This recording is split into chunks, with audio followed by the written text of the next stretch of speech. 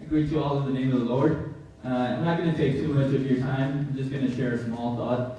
Let's go ahead and turn our Bibles to the book of Ezekiel, chapter 36. Ezekiel, chapter 36, verse 26. If someone could help me in reading that. Ezekiel, chapter 36, verse 26.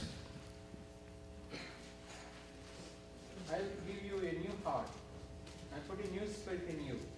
I will remove from you your heart of stone, and give you a heart of flesh. I will give you a new heart and put a new spirit within you. I will take the heart of stone out of your flesh and give you a heart of flesh. As human beings, all of us like to have new things. We enjoy new things. We enjoy new homes, new cars, new jobs, and all sorts of things.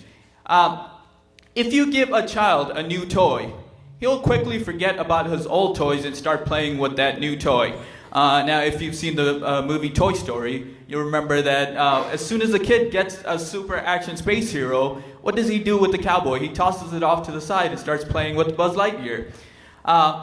If you give a teenager a new phone, that teenager for the next few weeks or the next few days, all they're going to do is mess with that phone, play with that phone, find new applications for it. Their old phone only had text messaging. The new phone has picture messaging. It has FaceTime. It has all these new different things. Right, James? All right, so basically the teenager will play with the new phone. Now, if you get a new car, you'll spend a lot of time looking through the features of the car. You'll spend a lot of time in the car. You might just pull into your driveway and sit in your car holding onto the steering wheel for a good 3 or 4 hours. No, I've done that before. But anyway, so we enjoy new cars as well. Now, I know some of the aunties always like going shopping at Hillcroft and buying new saris. So when an auntie asks you when your wedding is, it's not because they care about whether you're getting married or not. It's to know when they can wear their new sari. And when an uncle asks you when the next convention or when the next common meeting is, it's so that he can sport his new shirt or his new tie. And so we all enjoy new things, and we all like to use new things and like to spend a lot of times with new things. But what about our new heart? Here in the book of Ezekiel, God is promising us a new heart. Now, all of us, when we come to Christ, we are given a new heart. He basically takes our old heart and throws it away, and He gives us a new heart. He takes the heart of stone and He gives us a heart of flesh. But a lot of times, just like with every new thing, we are unable to use it and use it properly. Now think about this. Let's say you go out to Best Buy and you buy yourself a universal remote. All right, you come home, you put the batteries in, and you're pressing the power button, but nothing's happening to your TV, nothing's happening to your stereo, nothing's turning on or turning off. And you just get mad and you get frustrated. What have you done wrong? You forgot to read the manual. Many times we get this new heart, and God gives us this new heart, and we have a lot of passion. We have a lot of excitement. We want to do all these things for God. But a lot of times we forget to read our manual. Amen. And so rather than just acting on your passion, or rather than just acting on these emotions that you quickly get when God gives you a new heart, you must be able to turn that around and read the manual. And so today I'd just like to kind of talk about this new heart, some characteristics of what God has given us with this new heart. Now, when the Bible talks about a heart, or when God talks about the heart, He's not talking about that little organ the size of your fist or whatever, pumping blood to the rest of your body. When God talks about the heart, He's not talking about that funny-looking shape that you like to draw on Valentine's Day.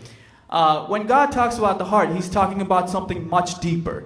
He's talking about your willpower, your desire, the very thing that controls your actions and your thoughts. When God talks about your heart, He's talking about who you are, what controls your actions, what controls everything about you. That is your heart. That is your desire. And so a lot of times we fail to use our heart properly and and that shows in our lives.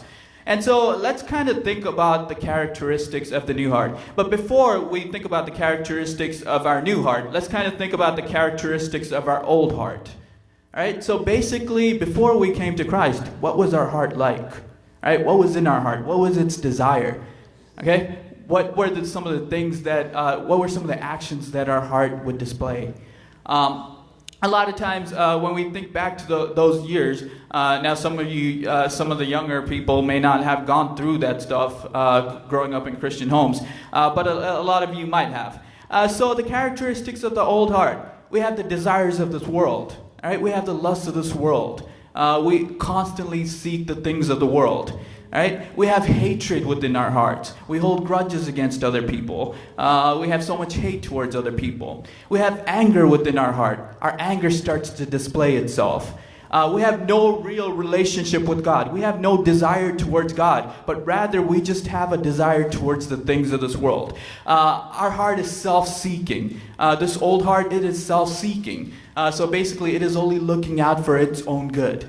And what else? This heart, it's a heart of stone, so it's very stubborn. So when someone tells you something, when someone tells you that you need to change, you're like, All right? And so you have that attitude. You have a certain stubbornness. You resist positive change. And so basically, these are the characteristics of our old heart.